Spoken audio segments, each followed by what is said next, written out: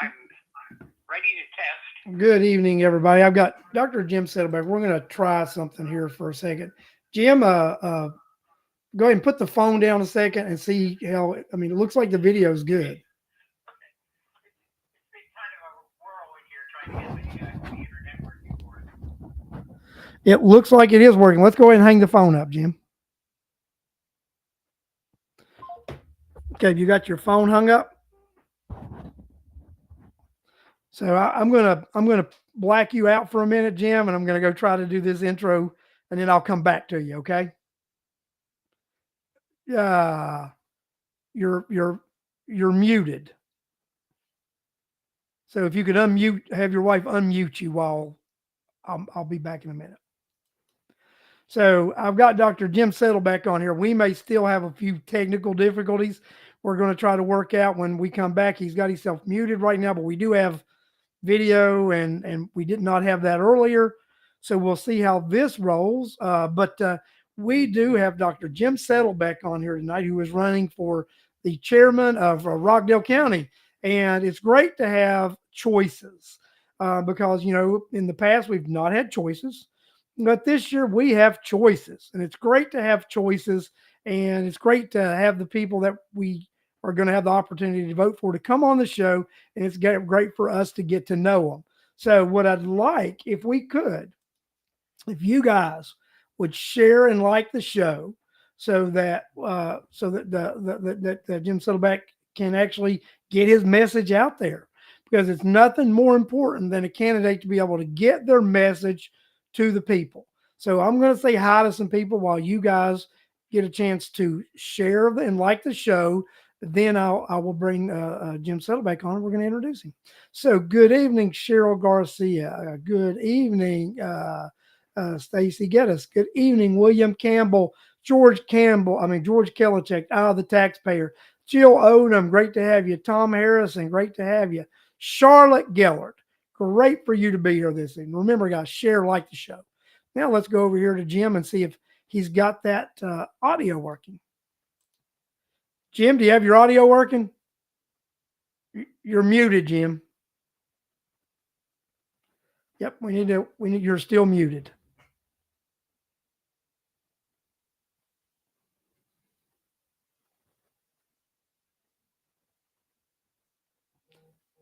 You're still muted.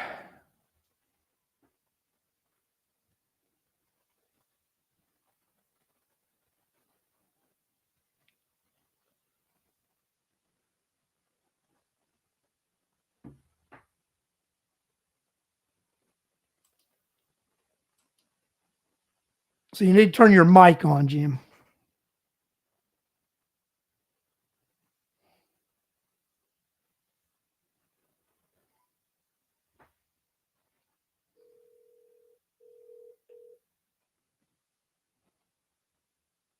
This is Dr. Jim.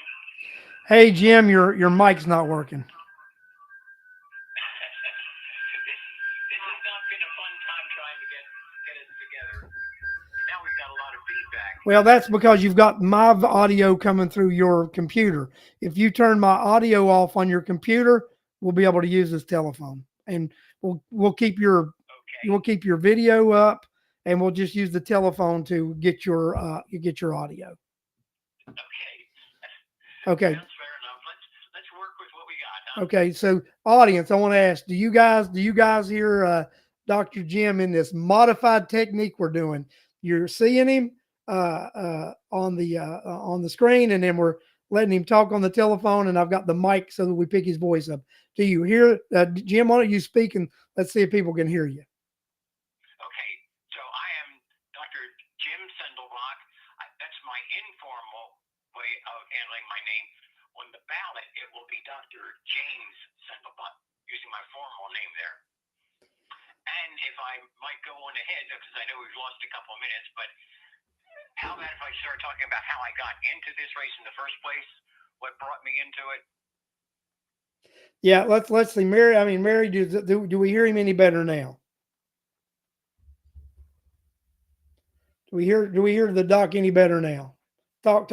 No, let's get this. Make sure people hear you first. Okay. All right. I'm Jim Sendelbach, and my name will appear as Dr. James Sendelbach on the ballot because that's my formal name. Guys, we're going to work as good as we can with this. This is not going to be the greatest because his audio is going to be what it is. I think we're about what we're going to be with it. So Jim, go ahead and introduce yourself. Tell people who you are and what you stand for. Okay. First thing, my name will appear on the ballot as Dr. James Sendelbach, which is the formal name. But in just genuine day-to-day operations, I go by Dr. Jim Sendelbach. But I'm the same person. All right. So now, how did I get into this situation in the first place?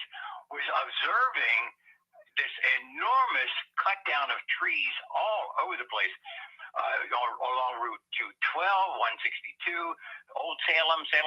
I'm saying, what in the world is going on here? And then this is over the last couple of years. And then all these townhomes started appearing all over the place. And then we got some warehouses and we got some storehouses. And I thought, what in the world? All we're going to get now is an awful lot of traffic. And we have experienced that now and recently because I hear it from a lot of people about how terrible the traffic has gone, especially along 212, which is really kind of a shame. However, that was one of the ingredients that got my attention. Now, going on from there, a second thing was, yes, for that to be muted, yeah. A second thing was noticing that the school board, the school administration rather, we are at 164th on the 221 scale of school districts. I thought, how in the world did we get that low? 10 years ago, we were up at around 40, 45. I don't have an exact number there, but we were way high, way above in the 50%. But now we're down in the bottom 50%, standing at 164th. That is insane. So that really got my attention. And then I heard the commission chairman talk about the three segments in our county, where we have the city of Conyers, we have the Rockdale County, and a separate system for the school. I don't know how that can be separate when we're talking about 82% of our tax revenue going to the school. They have a budget of millions of dollars, and yet we're not seeing any really good results. What we are seeing, unfortunately, is math proficiency at 14%, and we're seeing reading proficiency at 29%, and we're graduating at 82%. Now, does that mean that of those 82%, that most of those youngsters do not know how to do math, do not know how to create a cohesive paragraph or put sentences together? If that's what it is, then the school system has really let us down. If I'm elected, superintendent and I will have some discussions, and I don't know that it's going to be anything other than cordial and encouraging. How can we move up from 164th? I don't think it's fair to our children to bring them into a school system that's going to fail them. And that's just a very strong point of mine. So that's the second thing. And the third thing is something I witnessed online on February 29th at the commissioner's hearing. And at that point, there were 8 people that stood up at the lectern there, the pulpit, so to speak, and said to the commissioner, do not do this. They were saying, don't vote yourself this gigantic increase. Now, let me sidestep just for a moment there. The increase that they were giving themselves was tied in with increases to a couple of other important county officials, the judge and sheriff. They could have separated themselves from that, but they left it go as a package. So if we allowed it to go through, or if they allowed it to go through, everybody was going to get money out of this, and they showed no willingness to separate. So 8 people got up and said in their own way, don't do this. Please don't do this. They used different language, but I'm softening it quite a bit. It was pretty vehement. And we got no real look at what the thinking was. But what we did get was 30 seconds where the commissioner said, the motion is on the table. Any discussion? No. Vote. Yes, yes, yes. Boom, done. And so Commissioner Oz Nesbitt walked away that evening with an additional $27,000 in his pocket. That says to me that this 3-member commission system has failed the citizens of this county, failed them badly there. So then that put me back another step there to look at what was happening earlier last year in terms of the 5-member commission. Now, Representative Rhonda Taylor and I had a discussion, and there used to be, I think on the Rockdale voter, there used to be her reason why a 5-member commission would be better. And I don't remember all of the conditions there. And it used to be on that site, but it's gone now. Maybe that can be restored because it was very interesting and very thorough.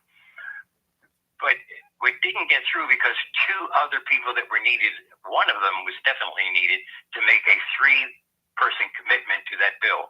And that didn't happen. 2 of the representatives that just didn't go along with it, and so it didn't pass.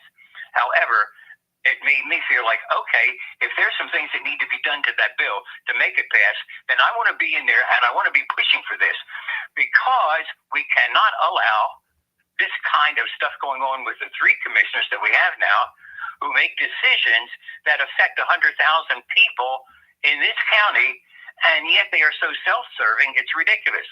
They have, time and time again, ignored the Planning Commission's recommendation not to grant permits, and they turned around almost every single time and did it.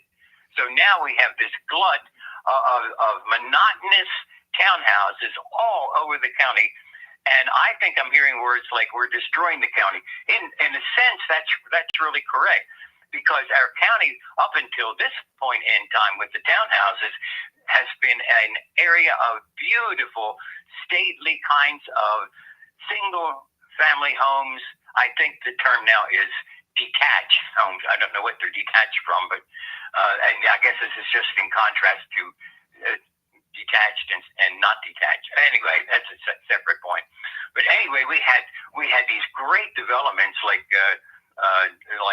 Ansbrook and Irwin Place and Henson Village and Salem Lake, beautiful homes with a lot of character and a lot of individuality, which I think made this a county very desirable for people to live in because they could get nice accommodations.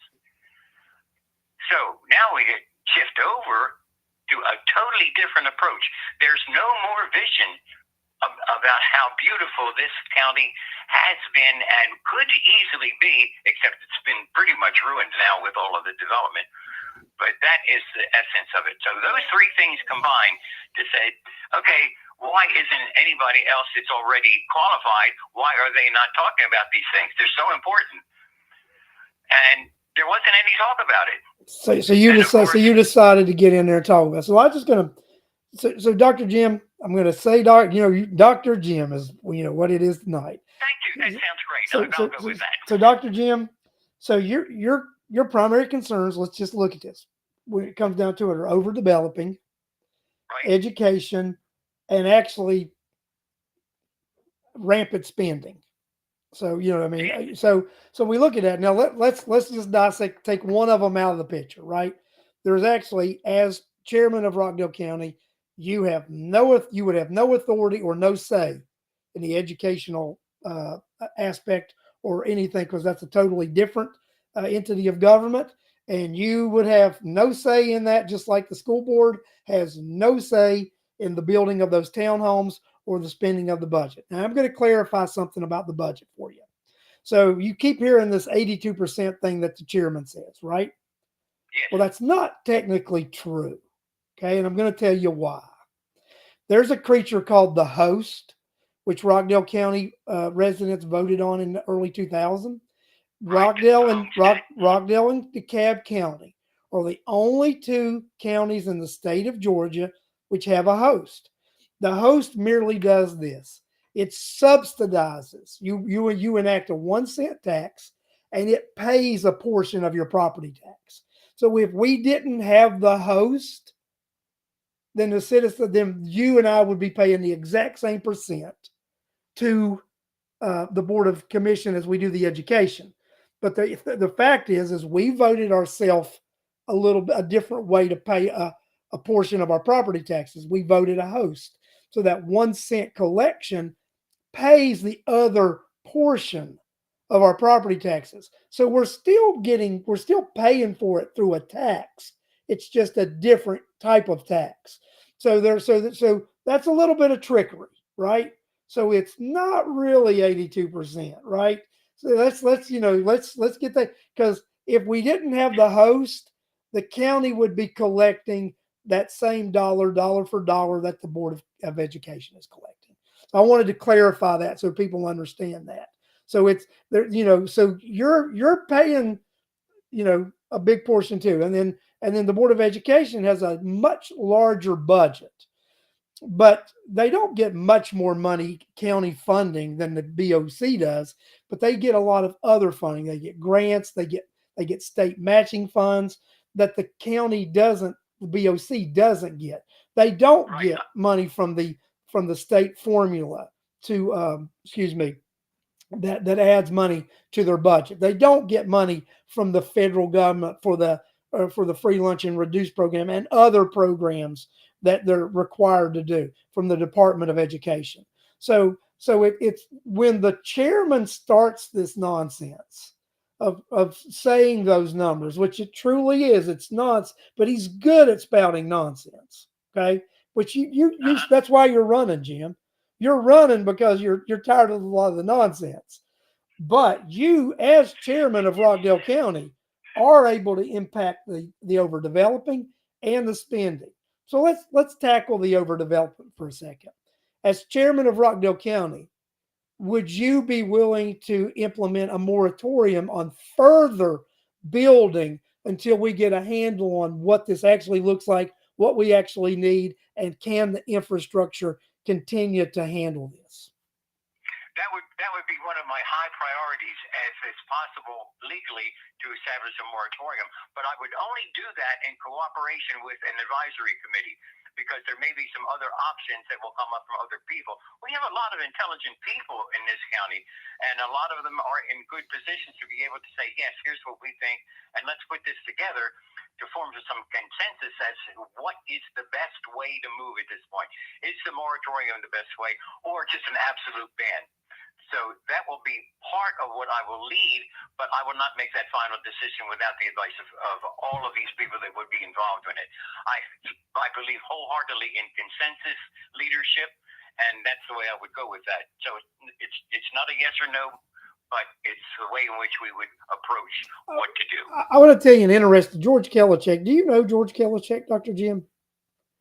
No, I don't. He's one of our soil and water conservation members. He's an elected official. He is the Rockdale County. Rockdale County has its own district as far as soil and water conservation.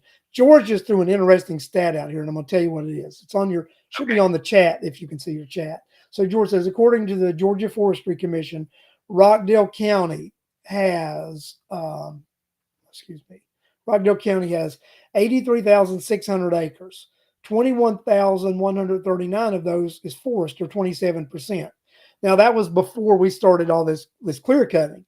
Then George clearly states if we continue the clear cutting, it's going to increase climate change and will increase stormwater runoff. We already have a significant stormwater runoff problem in Rockdale County because of this development that has been going on the last 2 years. Is increased our stormwater runoff problem. So, and with the additional development that we see incoming, we are going to have additional runoff problems, just as George Kellichek states, because we are reducing the amount of forest that we have to actually catch this runoff. So I think right now, we've really opened up an environmental nightmare for ourselves with all this clear cutting and development that you've identified it. It's not only taking the beauty away from the county, but it's creating a climate and a climate problem and a runoff problem for this county that we're going to have to deal with for the next foreseeable future. And climate change is one of the things that's really important with this deforestation, so to speak, and that is because we are number 3 on the list of major climate change problems. That is not a place where Georgia should be, and certainly Rockdale County shouldn't be a part of that. So that's all the more reason to stop this development thrust. It's just way too much. You point out a couple of things that people are having difficulty with, which is stormwater runoff, flooding basements. We've had a couple of heavy rains here not long ago, and with the runoff, most of which is contributed because the land is bare and it has no place to go, so it's going to go into the basements of a lot of people's houses. A lot of difficulty there. So, we've just compounded the difficulty of losing the beauty of the county and creating more and more problems. And there's a man that you're talking about now who, according to the Georgia Forestry Commission, has just said it as plain as can be, down to 27%. What are we going to do? Just shut up shop here and close the county? There are apparently the folks on the board right now that really don't care, and I don't think developers care. They're into this for money, and that's okay. There's a place for warehouses, and there's a place for townhouses, and a place for storage facilities. In fact, the storage facility probably will rise in importance because those townhomes are so small, people need a place to store their stuff, which is insane, but that seems to be the way things are headed. Dr. Jim, I read an article a few years ago, and it talked about local government and the biggest problem with local government and the one area where there was the most corruption. Do you know what that area is? I'm open to hear the answer. Land development and land deals. Land development and land deals is number one thing of corruption that happens in local government and state government at the local level. Because with these land deals, and I hate to say it, but somebody's getting a payoff somewhere all the time. There's a movie that I love with Jimmy Stewart. And it comes back down to they were going to build this dam, do this. It's called Mr. Smith Goes to Washington. And the premise of the movie is about corruption and a land deal. So when we see all this land development in the second smallest county in Rockdale County, I mean, we see it, and we look at the financial status of a lot of the people holding office. Well, I'm not going to accuse anybody of anything, Dr. Jim. Okay, but it's got to be something we have to question the motives behind the scenes. Okay? You have to question the motives behind the scenes. And when we question the motives, we will be given a song and dance that will not answer the question. Because the people that are in the corrupt portion of it there will not admit that they are either getting something now or are going to get something later. They just won't admit it. We've got a great example of stuff happening on the Hill in Washington, D.C., where no matter how flagrant the violation is, the answer is, I never did that. No, that's not true. And the evidence is overwhelming. That is what I would expect, Larry, is that there would be this denial that there's any kind of deal going on, and yet we know it is. It's just very hard to discover it and to uncover it and to make it public. There's let's discuss something else. Let's discuss the 5, because you mentioned it in your open dialogue. The changing the form of government to 5 commissioners and a county manager. So, are you in support of expanding the board of commission and doing away with the all-powerful chairman and having a county manager run the day-to-day business of the county under the direction of the board? That's kind of a mixed piece of information there, and let me clarify from my standpoint. Yes, in the 5-member commission there, the office of the chair is eliminated, which means that my job would be done. I would be out of a job at that point, And I'm hoping you wouldn't be you would you if you would still remain, you would be one of the 5 commissioners. I think that the bill You provides would for the. you would be one of the 5 commissioners. The position of chairman would be eliminated. But Okay. if you held that position, you would transition to one of the 5 commissioners. And then the board itself elects someone to run the meetings, which they would call the chairman. Yes. But the board would hire a county manager and direct the county manager as to what policies, procedures. The manager actually would not have any authority that would not be granted to them except for the 5 commissioners.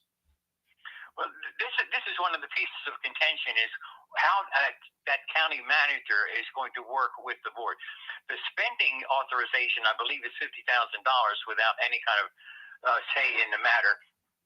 But yes, there is this dialogue between the county manager and the commissioners, which could be hostile or it could be cooperative. A lot depends upon what the sense is among the people that are working on this. Now, I've got a lot of training in mediation and in communication styles and contract stabilization. And, it's just a way of kind of working together. Is that a possibility for that kind of situation? Yes, it is. And it may take some negotiation. In fact, it probably would, because I think there might be a little bit of hostility right off the bat, just from the very nature of the structure.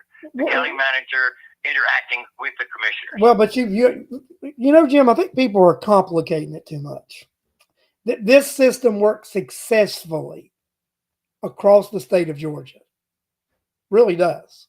And it's the county manager only has the authority and only does what the board collectively tells him to do. That's what the county manager is actually nothing more than the voice of the commission. That's what the county manager is. Now, the discretionary thing, that's something that was put in there that, that on an emergency basis, they can spend X number of dollars or whatever, right? And you can write that in the legislation, or you can do policy. The board can develop policy to establish that ever how they want it, right? So the board can establish what dollar amount they'll let somebody do. Right now, the board of education allows the superintendent to spend more money than he should. I think they should back theirs down to about $5,000. They've got like a $50,000 limit, and they're able, when you give them that high amount, they're able to manipulate and circumvent. There's where you get into trouble. So you need to go ahead and set it up from the beginning that, let's just put this at a lower amount. They got to come ask all the time. It's not a big deal. They can only operate under the guidelines of the board, and that's the intent, and that happens all over the state of Georgia right now. This is a very popular system, and it's a very successful system all over the state of Georgia. Actually, all of our neighbors sort of have that system. You have opened up an area for me to go ahead and look at a lot harder than I have so far. But I do know that the bill provided for a $50,000 spending limit without question. So that's one of the problems, is that's one of the reasons it didn't get through, was because there was some contention about whether that dollar amount was there. That's not actually the reason it didn't get through. But it is part of the discussion that was lending itself to making the bill harder to pass. Well, it was local legislation, Jim. I mean, all it had to do was get the signatures of these local legislators. The governor would have signed it because it was a ballot initiative. You and I were going to get a vote on it. All that happened with Doreen Carter and Deshaun Kendrick rejecting to sign that local legislation was they actually, you've got people all the time talking about voters need to have their voice needs to be heard. Voters need, they need the right to vote. They need their voices heard. Well, what you actually had was voter suppression. When 2 legislators refused to sign onto that to allow you and me to have the right to say yes or no, they suppressed our ability to vote. That's what it came down to. So voter suppression. Okay. Okay, I know it's a requirement that there be 3 members of the delegation. It's And, a majority. the other 2. It's a Yeah, majority. it's a So majority, right now, right. so right now we have a 4-member delegation up until the next 2 weeks, and after we have this new election, we will have a 3-member House delegation and a 1 senator. So next year it will just require 2 House members to sign it along with the senator. Well, I think that's working well, and I'm glad to hear you bringing me up to date on it. But it's all the more reason that I would push a lot more intently to get the 3 working together to say, yes, okay, we have a good bill here. So are you opposed? So are you opposed or against, Jimmy? We're not really answering the question. Opposed to 5 districts, 5 commissioners. No, I'm in favor of 5 commissioners. Okay, you're in favor. Okay. You just want the legislation to be worked out and be clarified so that it's the best possible board that the people can have. That is correct, and that requires a lot of discussion among the citizens, because when it does come up for a vote, we want to be well informed as to what the implications are, not just the strict and a fair assessment of what it interprets to be, so that people cannot come back later and say, well, that's not what I thought it said. No, well, we had that opportunity, and we discussed it probably ad nauseum, but but it may be discussed to death. But when it comes out, when we finally get census, or at least a majority, we'll have something that's very good, and it will eliminate the power that the 3 members have over all of us here, because the 3 can just do anything they want pretty much, even if 1 member stands out, says, no, you know what, I'm standing apart from this because I just don't think that's fair. The other 2 can say, but we do, and done deal. I've heard it. I'll tell you the way I've heard it best described to me, Jim, and it was by a legislator. They told me this. They said they didn't like the 3-person board because it allowed 2 people to make a real bad decision. That's a nice way to put it, and I think we have seen that happen. I don't know who said that, but I take your word for it. Then. Yeah, it was actually former Senator Rick Jeffers made that comment to me one time. I remember. Yeah, he actually said it. What it does is it gives 2 people the opportunity to make a real bad decision. To make a real bad decision. Yeah. So that was interesting. So yep, that was it. So let's talk about it. The next big hotbed problem we have in this county, and it's been something the citizens have said no to several times, but this board keeps saying yes, and that's the judicial complex. And I think the last time we had a forum on this, or a debate, the group getting together and talking about it, pretty much it was agreed that it's done. The money is committed, the building is planned, and it's going to go ahead no matter what anybody says at this point. That may or may not be true, but I accepted it's true because it came from 2 people that should know, and I accepted that. Who are the 2 people that you accepted it from? The other 2 commissioners that are running there, that's Mr. Oz Nisbet for himself, and Janice. Well, yes, and you know, and I'm just going to tell you, I'm someone who has worked with government entities, do government contracts, and I can stand here and tell you, ain't nothing a done deal. Yeah, can I ask you a question, Dr. Jim? Until 2 weeks ago, was the $5.2 billion Rivian factory a done deal? Yes.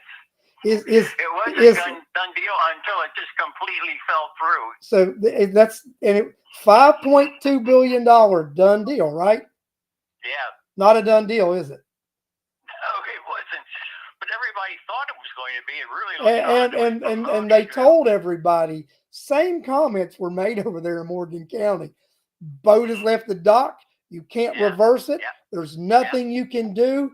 This is going to happen. You're going to have to live with it. 2 weeks ago, Rivian, we've decided not to come there and invest there. And this is the thing about it, right? That courthouse complex, it's broke into phases. It's broke into different projects, because it's okay. At any given time, you can pull the plug on anything. You don't have to fund this. You don't have to fund that. You know, At any given time, you can amend the plan. And in fact, Jim, if you recall, in the year 2000, um, Commissioner Wheeler and his co-parts, his co-workers at the time, and I believe Mr. Vaughn was on, because I've had a conversation with former Commissioner Vaughn before, and they'll tell you we bought that land at Parker Road to build a courthouse. We bought it because building in Old Town doesn't make sense, and it was too complicated, and the infrastructure was too difficult to deal with.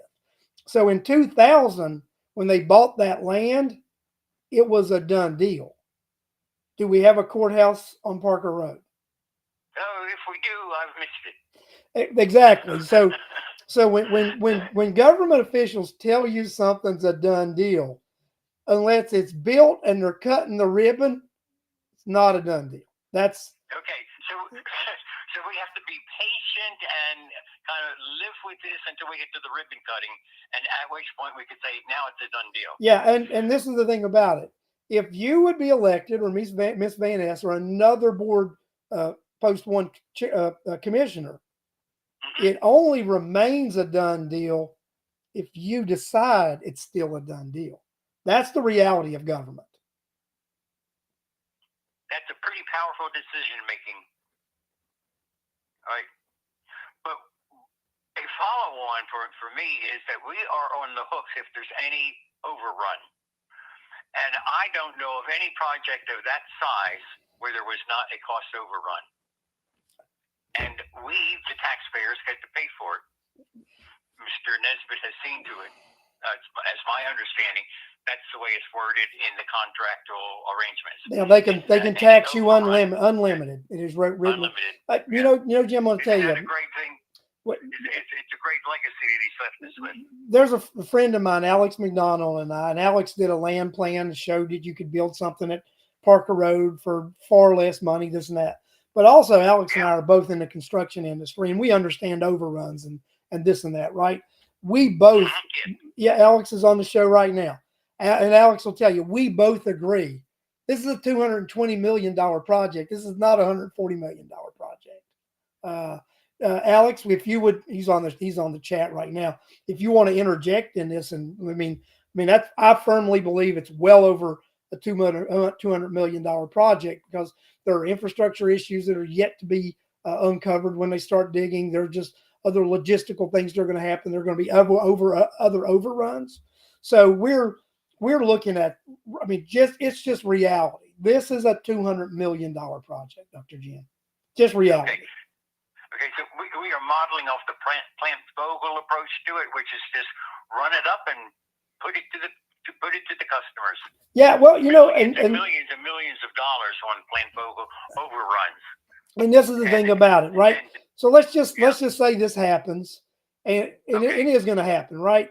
The commission is going to go back to the state legislators and say, hey, you need to up the amount that we can do these bonds. We need additional bonding because taxpayers can't pay this. You can't leave a structure over here 2/3 built, can you, Dr. Jim? I don't think 2/3 is quite the idea of a finished project. So when you get to that point, you have a structure that's not complete, and you're at that point, everybody is in that pickle now. They're going to have to fund that project. So there's the scary part about this is they've all said, well, you know, this is it. And you're getting into a project like this that overruns are typical, and they give themselves this drop dead number that's not realistic. That to me, that's a concern. What about you?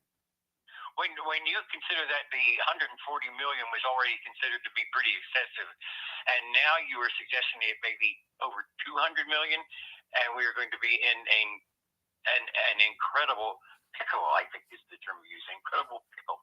Yeah, absolutely. And I don't know what steps at this point. I don't know what steps we can take to make sure that doesn't happen, or at least doesn't happen to that extent. But that's going to require a lot of work on the part of everyone that's involved in the county government, because everybody's going to be affected by that, and the taxpayers will be most affected. Okay, so there's a can of worms there. Thank you, Larry, for opening that and just throwing it out there. All right. Well, Jim, I mean, these are the. I mean, this is what the people in this community are talking about, right? I'm just telling you right now. I'm going to tell you something right now. If you or Janice Van Ness are elected, and you go ahead with this judicial project, you won't get reelected. That's why Oz Nesbitt. That's why Oz Nesbitt is not going to get reelected. This is one of the main reasons he's not going to get reelected. And if whoever is elected decides to go along with this harebrained idea, then they themselves, and you don't deserve to get reelected. I mean, that's just me being truthful about it, right?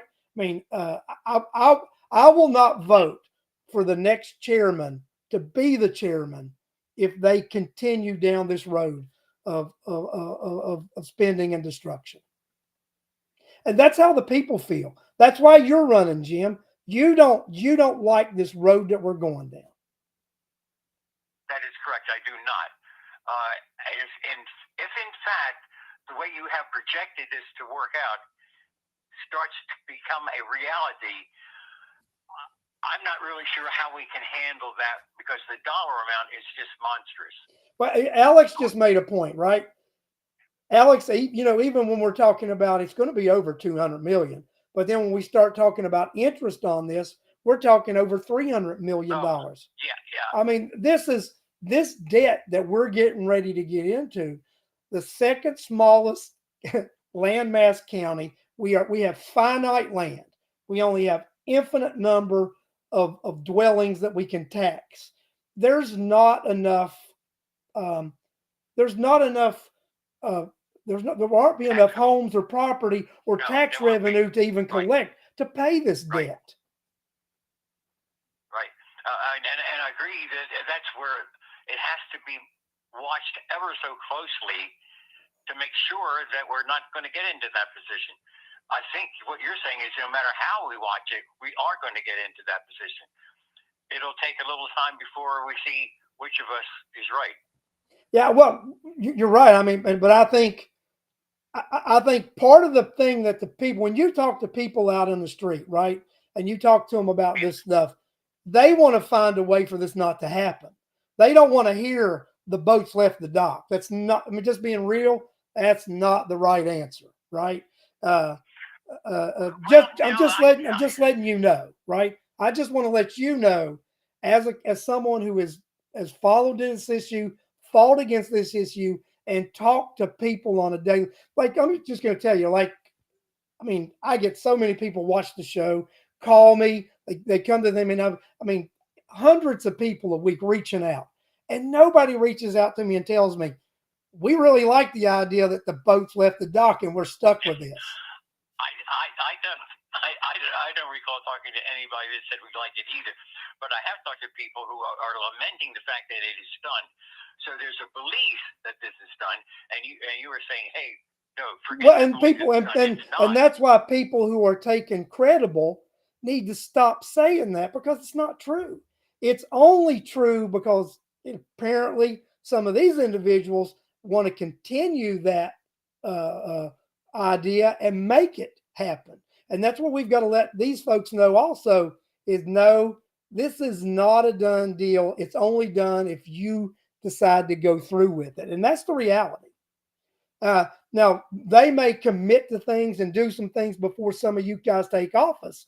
So you may have to do you have to do something, but you don't have to do that. You don't have to do that $140 million. I mean, they may start renovating the courthouse and doing the add-on to it, which is, let's be honest about it. When we originally started this conversation back in 2018, it was the courthouse needs fixed, the courthouse needs repaired, and this is morphed into an administrative project, not a courthouse project. This is no longer a courthouse project. This is an administrative project with a side of courthouse. That's what this is. I heard you use that term before, and I thought, oh my God, is this really the case? A courthouse is just going to be kind of a side of, oh man. Well, when you're talking about building an administrative complex, a parking deck, a massive, a massive bridge that's going to connect everything over a street that goes to the hospital, the main route to the hospital. You're going to disrupt. Jim, have you ever seen a major construction project in the undertaking? Yes. Okay, let me ask you a question. When you're doing this major project in Old Town Conyers, how is Old Town Conyers going to be able to function daily with that kind of project and unloading and loading of equipment and materials? You're going to have to shut down Old Town for a couple of years. I've seen this happen in Scranton, Ohio, back in the '90s. I mean, Scranton, Pennsylvania, back in the '90s when I worked up there on some roadway projects, and portions of that town were destroyed. I mean, economically never returned because they were shut off from the artery of the highways.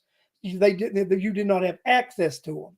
So if you can't have access to Old Town, you can't operate in Old Town because you're going to have all these things shut because you're going to have these deliveries, this construction going on. I mean, I'm just telling you, people think they know what's going to happen. That is a major project. And that's another thing Alex McDonald and I have talked about too. Both of us in the construction. Alex is actually in the building side of it.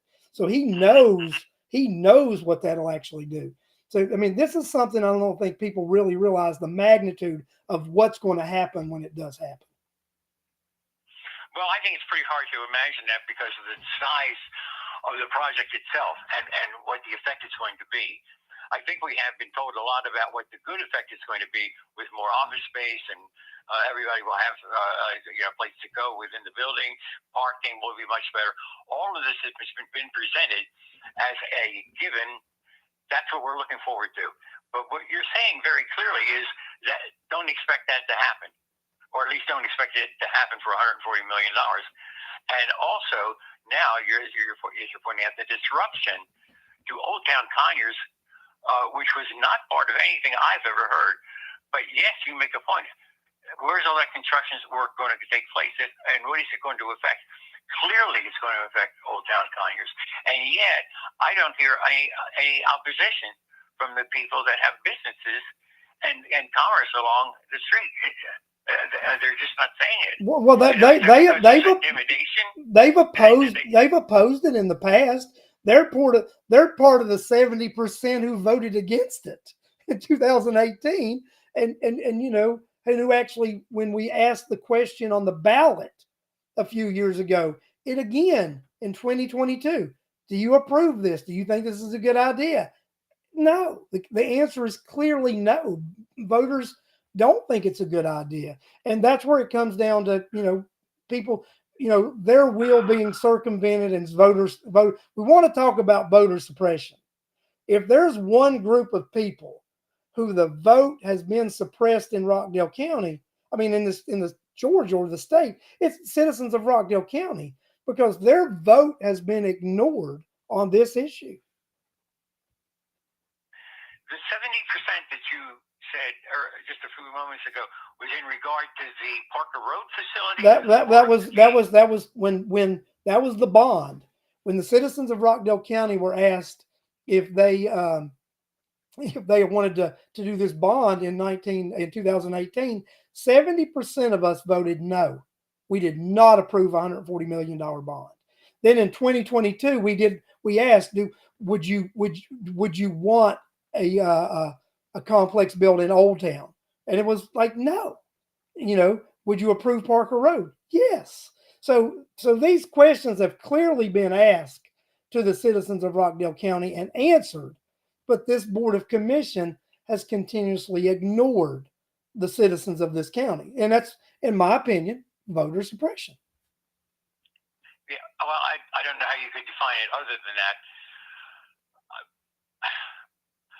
Once again, we have all of this language coming out of the commission that proves that this is really wanted, it's needed, and it's not going to cost more than $140 million.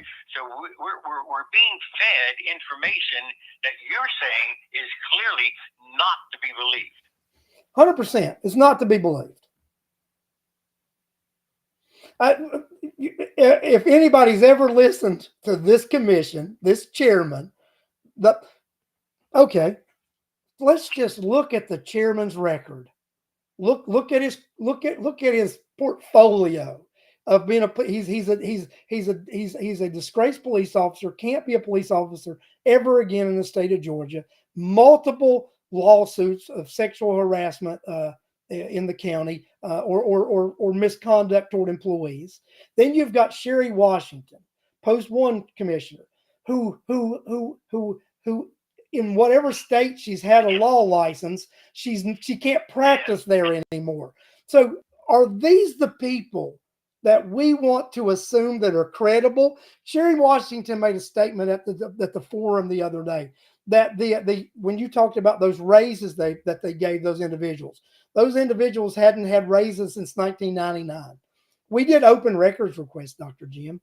The farthest they can go back is the year is 5 years ago to know what they were making. They're all making more than they were making 5 years ago. I actually was able to do some research and find out what the sheriff of Rockdale County was making in 1999. $58,000. The sheriff of Rockdale County today makes $130,000. This is before any raise. So I ask you a question. Did the sheriff of Rockdale County get a raise between 1999 and the year 2024? If he was I'm making, sure he did. so if he was making $58,000 in 99 and $130,000 now, he got over 60,000. I mean, it was a big raise, right? So we've got to look. We're being given information from individuals we're supposed to take as factual, when all we have to do is look at their credentials. They should never hold the offices that they hold.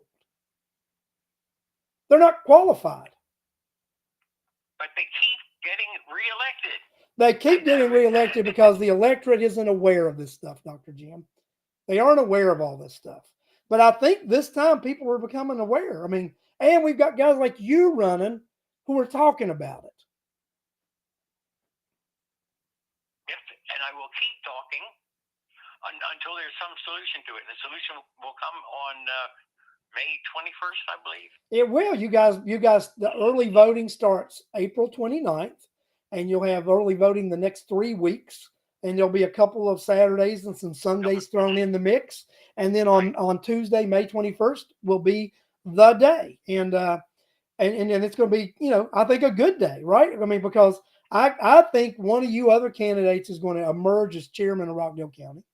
I think someone else will emerge as the post one commissioner of Rockdale County.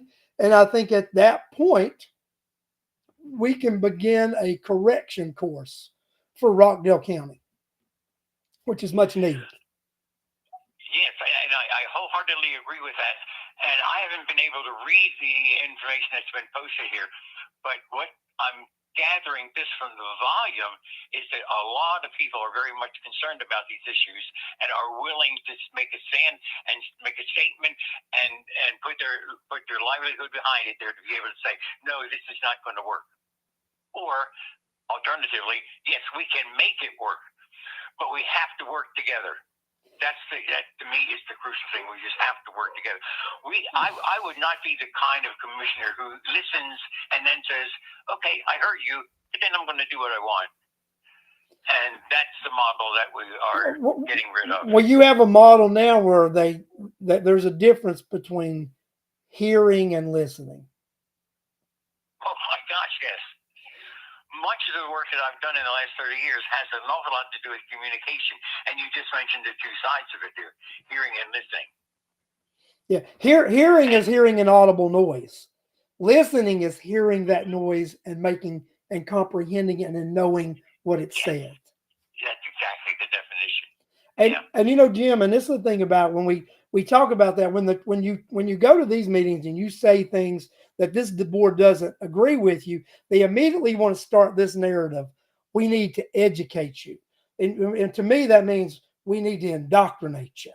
That's what it comes down. You know what I mean? We need to educate you. And once again, you've used two terms that are contradictory there, indoctrination versus education. They sound similar, but they're not. And you know that, and I know that. And I think the majority of people listening to this program also know that. They do, Dr. Jim. And that's why it's refreshing to have candidates run that are going to actually hear what the citizens say and listen. Yes. Not just hear them, but also listen. And that's the second part of it is that. That's right. So, That's right. so I'll tell you what, Doc, let's go ahead and give you your 2 minute, or it doesn't have to be 2 minutes, it can be whatever. Let's go ahead and give you your closure.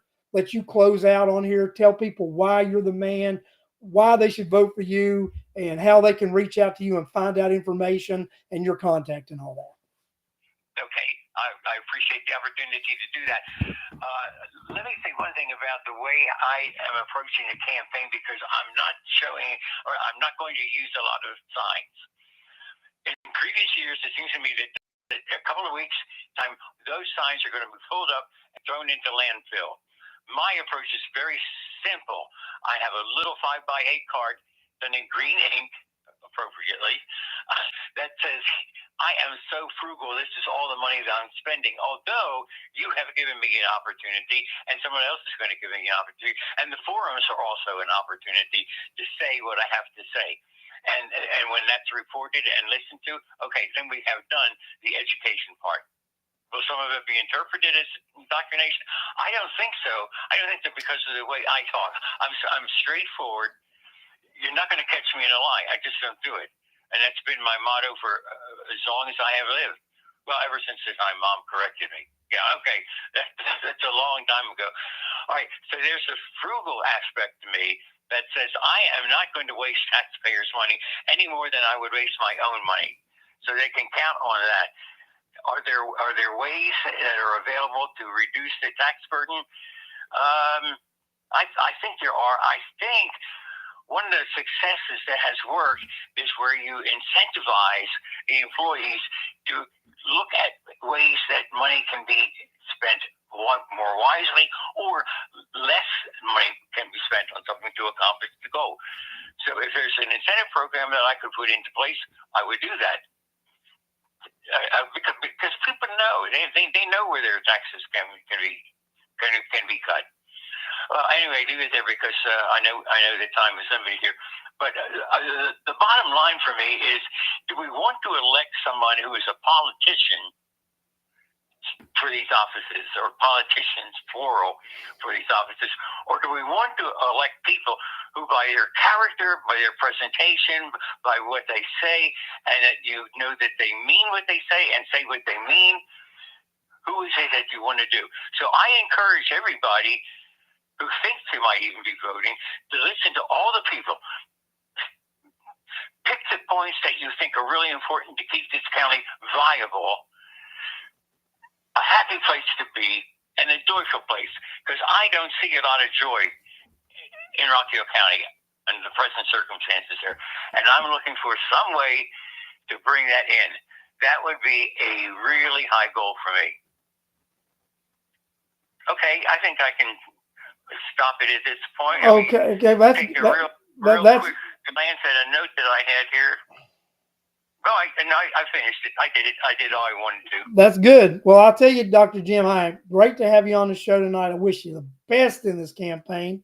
And like I said, you guys just need to keep out there doing what you're doing and letting people know there are options.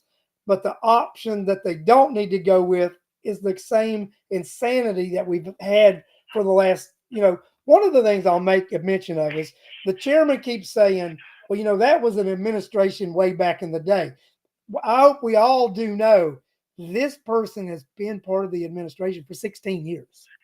Yeah, so that is right. Way back in the day, right? So when we're talking about, and he was there, yeah.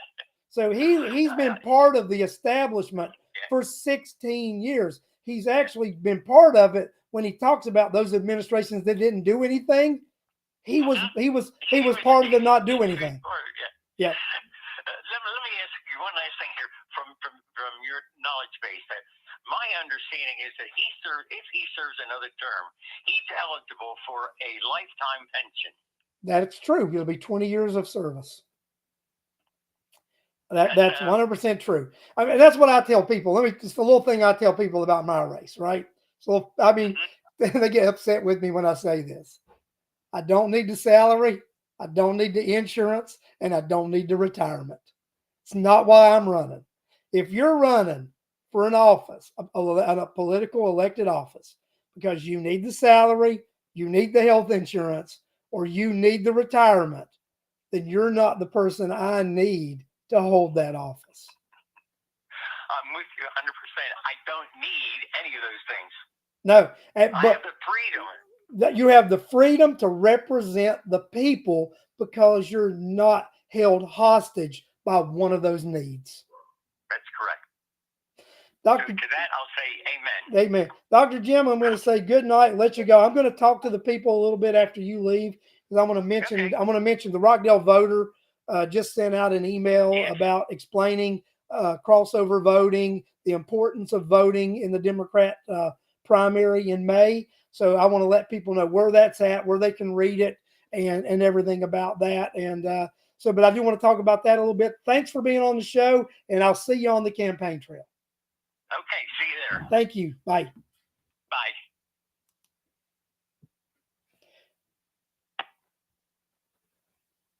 So thanks to Dr. Jim for coming on the show, and we appreciate his running for office, standing up for his beliefs, standing up for the citizens of Rockdale County.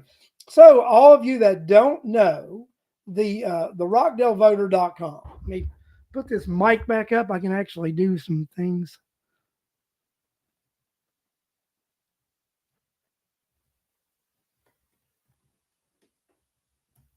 So the rockdalevoter.com. If you go to the rockdalevoter.com, you'll be able to see a list of candidates that are running for office. And then you will also be able to see a letter that the Rockdale Voter sent out to their email base today and that they put on their website. And that letter explains to you what the open primary process is. It also explains to you that there are no candidates running as Republicans on the local ballot in Rockdale County. It explains to you that when a Democrat wins the primary in May, they will go on the general ballot election in November, but they will be unopposed, and the one vote that they cast for themselves in November gives them that seat. So ultimately, guys, our local elections are decided in early voting and on May 21st.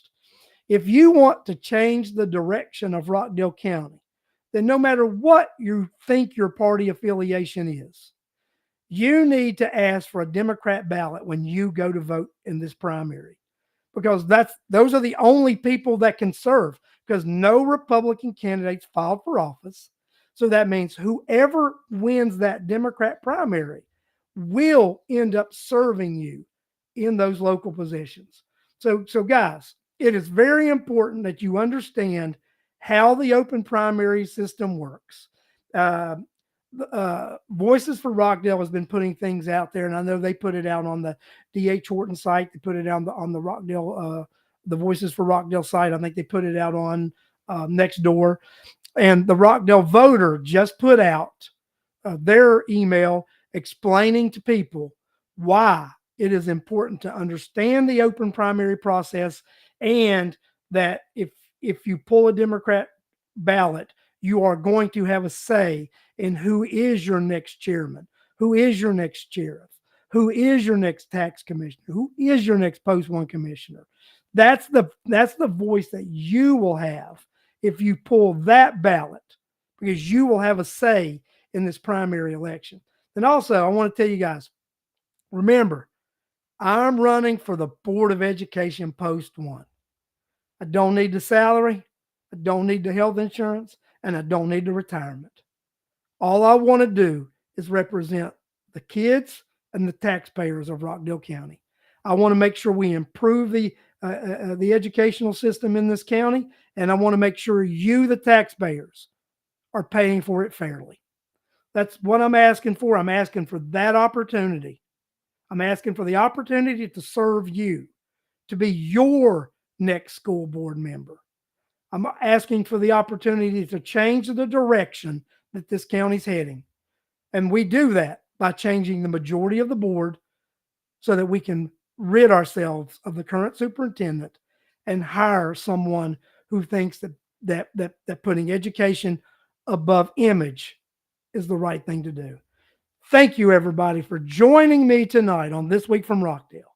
And I will be here next week, and we're going to have another guest next week, trying to line that up who it will be. I'll probably put something out by Wednesday of this week, who it's going to be. But stay tuned and just stay on the watch, because without you, nothing can happen. You are the most important part, your vote and your voice. Thank you. Good night, and see you next Sunday.